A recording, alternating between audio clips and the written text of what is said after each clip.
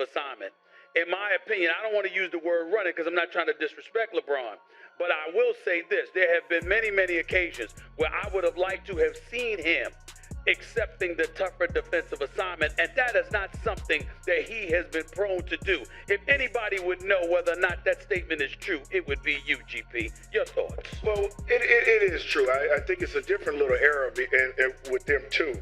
Michael Jordan always took it to a point that he wanted to guard the best player, even with myself. Gary Payton just detonated a bomb on live TV that has the entire NBA world in an uproar. The Hall of Fame defensive legend didn't hold anything back when he tore apart the LeBron James GOAT argument in the most brutal way imaginable. We're talking about one of the most respected two-way players in basketball history completely dismantling the narrative that's dominated sports media for years. And this wasn't just a disagreement, this was a full-scale assault. This wasn't some casual debate between talking heads, this was personal, this was raw. And judging by how LeBron's camp has responded, we're watching an all-out basketball war that nobody saw coming. What exactly did Gary Payton say that set off this firestorm? And why are NBA legends suddenly picking sides in what might be the most explosive basketball debate of 2025? And that artist, you're attacking me by extension, right? And it's just all so tiring right now. I also think another part of it, and I'm curious what you think about this.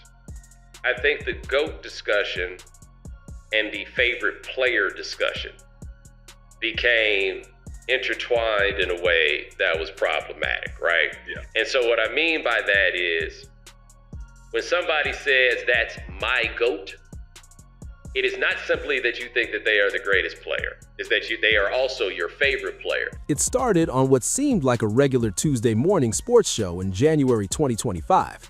Gary Payton was there to talk about the current NBA season, share some legendary stories from his playing days, and give his take on today's young stars. Classic Hall of Famer appearance.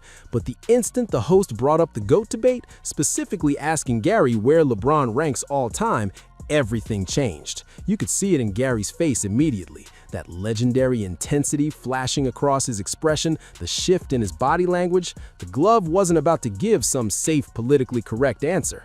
He leaned forward, locked eyes with the camera, and dropped a statement that would explode across the internet within the hour.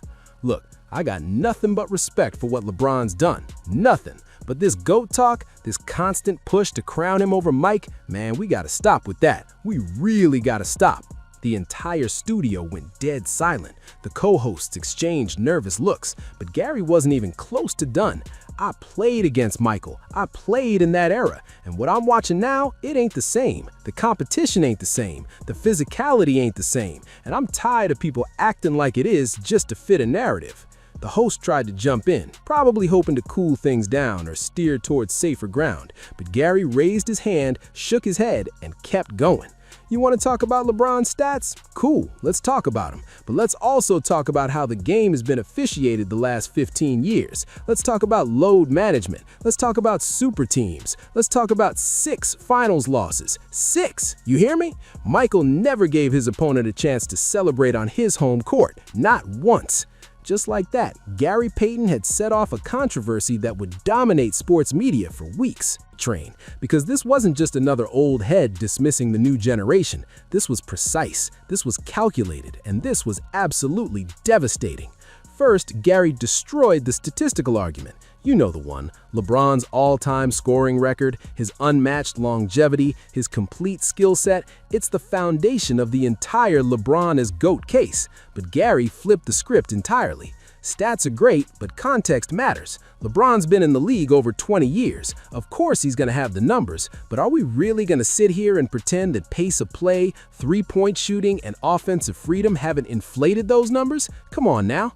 He drove home the point that Michael Jordan's era featured slower games, far more physical defense, and rules that actually let defenders defend. Hand-checking was legal. You could use your body to fight through screens. There was no defensive 3-second rule protecting guys in the paint. It was a completely different brand of basketball. But here's where Gary went for the kill shot. He brought up the finals record, 6-0 versus 4-6, and he didn't just mention it, he hammered it like it was the only number that actually mattered. You don't get credit for making it to the finals and losing. You just don't. That's not how greatness works. Michael went 6 for 6. Perfect. LeBron's got more losses in the finals than wins, and people want to crown him based on what? The tension in the studio became almost unbearable. You could feel the discomfort radiating through the screen. Gary's voice grew louder now, not quite yelling, but forceful, intense. This clearly hit a nerve that went way beyond basketball takes. Then came the part that truly sent social media into absolute chaos. Gary questioned the level of LeBron's competition. Who did LeBron beat in his prime that we're going to remember 20 years from now? Who's his rival? KD? They teamed up in Team USA. Steph? He needed to leave his team and join forces with other superstars to beat him. Kawhi? Please. I'm not saying LeBron didn't face competition, but Mike had to go through the bad boy Pistons, the Knicks, Reggie, Ewing, the Jazz with Malone and Stockton, legends every single round. Gary leaned back, folded his arms, and delivered his closing shot.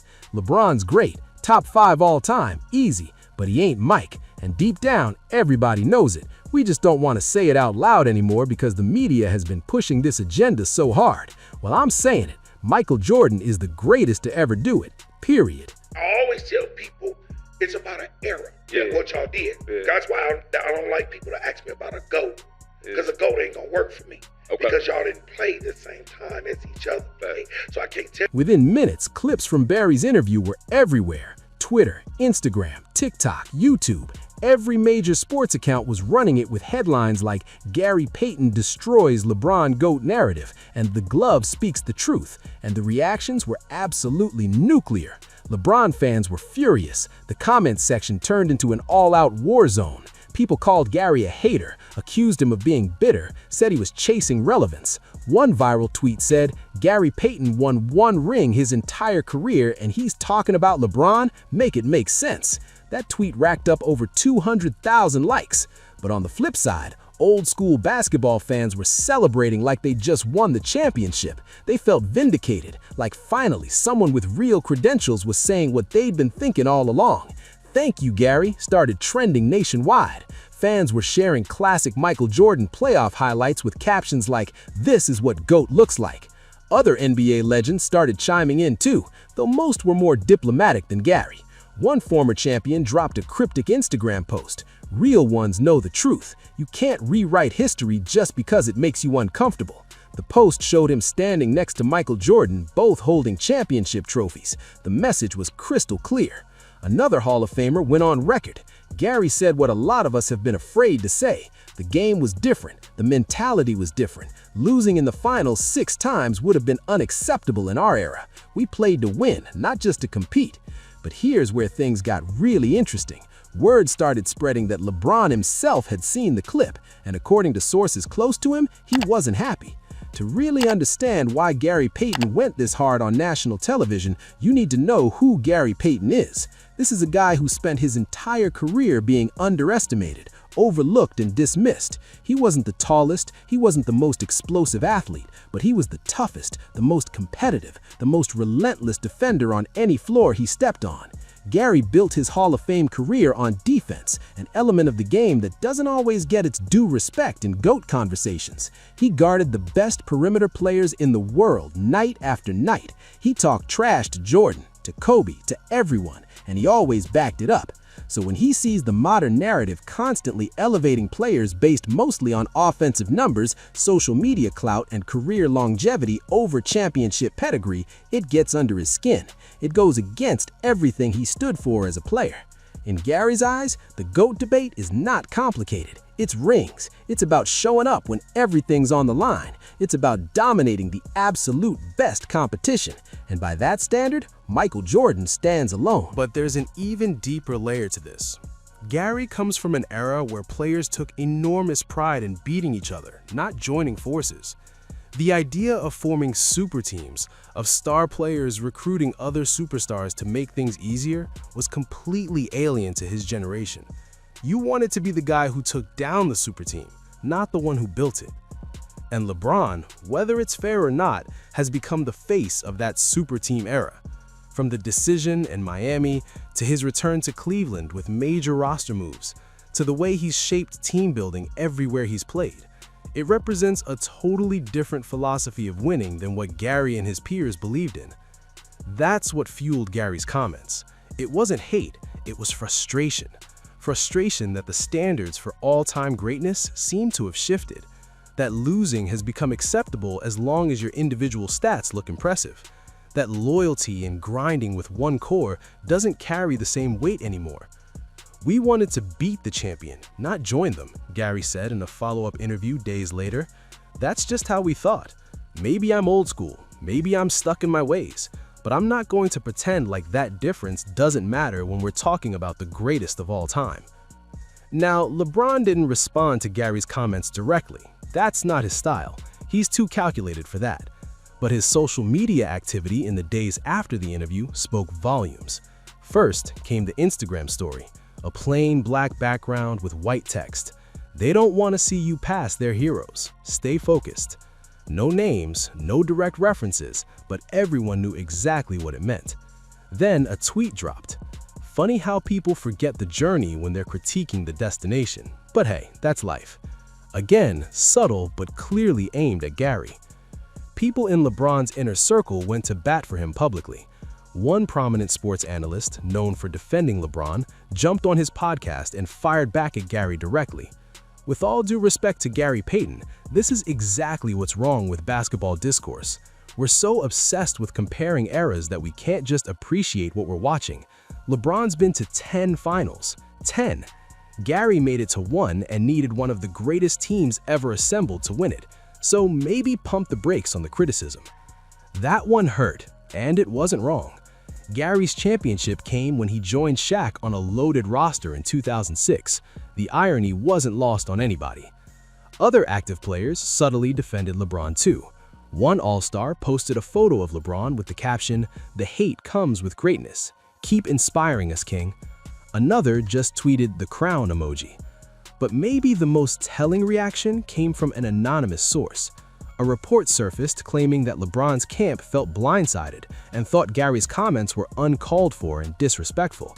The source said LeBron has always respected Gary as a player and couldn't understand why he'd come at him so hard on national TV. The report also mentioned that people around LeBron told him to ignore it, to not give it oxygen, but the damage was done. The conversation had shifted permanently, and suddenly everyone was debating GOAT status again with fresh intensity. Here's the truth about the GOAT debate. It's never just about basketball. Not really. It's about identity. It's about loyalty. It's about defending the era that shaped you and the players who defined your love for the game. For those who watched Michael Jordan dominate the 90s, he is basketball. He's the gold standard, the blueprint, the ultimate benchmark. Seeing LeBron elevated to that same level, or in some arguments, higher, feels like an attack on their memories, their childhood, their understanding of greatness. For younger fans who grew up watching LeBron, he's the greatest they've ever seen. His longevity, his all-around game, his ability to make everyone better, that's their GOAT. And when legends like Gary Payton tear that down, it feels disrespectful to what they've witnessed for 2 decades. The reality is, both perspectives can coexist. Michael can be the most ruthlessly efficient, unstoppable winning machine the game has ever seen, and LeBron can be the most complete, intelligent, durable player to ever touch an NBA court. They played in different eras, under different rules, in different contexts. But that's not how sports debates work, especially in the social media age. We need one clear answer, one undisputed champion, one GOAT. Gary Payton's comments forced everyone to pick a side again, and in doing that, he reminded us that this debate will never actually end. Because no matter how many more championships LeBron wins, no matter how many more records he breaks, there will always be people who believe Michael Jordan stands alone at the top. Will Gary and LeBron ever settle this face to face? Probably not. LeBron's too smart to get into a public beef with a legend, and Gary, he's already said what he needed to say. He doesn't need validation or approval. He spoke his truth. But here's what I want to know, and what I want you to think about. Can we appreciate greatness without tearing someone else down? Can LeBron be incredible without diminishing Jordan's legacy? Can Jordan be the GOAT without disrespecting what LeBron has accomplished? Gary Payton didn't think so. He drew his line, and now the basketball world is more split than it's been in years. So where do you stand? Is Gary Payton right? Is the GOAT debate being manufactured by media hype instead of real on-court dominance? Or is this just another case of former players refusing to accept that the game has evolved and greatness can look different than it did 30 decades ago? Drop your thoughts in the comments. Tell me who your GOAT is and why, because this conversation is nowhere near finished. At the end of the day, Gary Payton said what millions have been thinking but were afraid to say out loud. Whether you agree with him or not, you can't deny that he sparked the biggest basketball conversation of 2025. The GOAT debate will keep raging. Legends will take sides, fans will argue endlessly, and somewhere Michael Jordan is probably smiling, knowing that even after all these years, his legacy remains untouchable in the eyes of those who actually played against him.